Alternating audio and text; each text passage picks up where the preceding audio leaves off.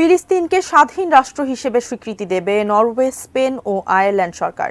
বুধবার আয়ারল্যান্ডের রাজধানী ডাবলিনে এক সংবাদ সম্মেলনে আইরিশ প্রধানমন্ত্রী সিমন হ্যারিস এ ঘোষণা দেন।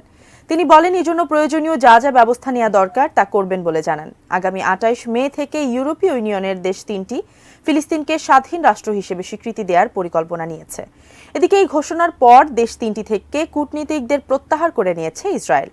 এর আগে জাতিসংঘের ১৯৩ সদস্যের মধ্যে ১৩০টি রাষ্ট্র ফিলিস্তিনকে রাষ্ট্র হিসেবে স্বীকৃতি দেয়। পশ্চিম ইউরোপে প্রথম ইইউ সদস্য হিসেবে সুইডেন ২০১৪ সালে ফিলিস্তিনি রাষ্ট্রকে স্বীকৃতি দেয়।